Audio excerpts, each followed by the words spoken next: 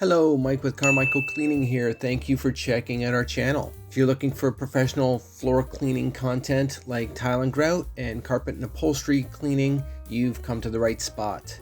Just wanted to take you through our process today.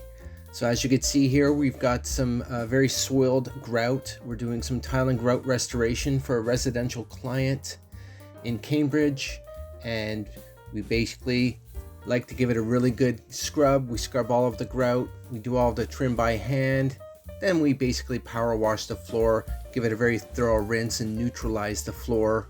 Once that process is complete, we get the grout nice and dry, we towel dry it, and after the towel drying is complete, we finish drying it with our floor fans. Now we're ready for the magic. This is where we do the grout color restoration. So this product is not available in Canada. It is imported from Florida. So this is an acrylic water-based color seal with concrete and urethane hardeners in it. So it's going to harden up the grout like concrete. It's going to make it waterproof and stain proof. So this will never stain or discolor. This will never yellow, fade, chip, or peel. But the best part about it is it never has to be stripped off and reapplied like clear seal.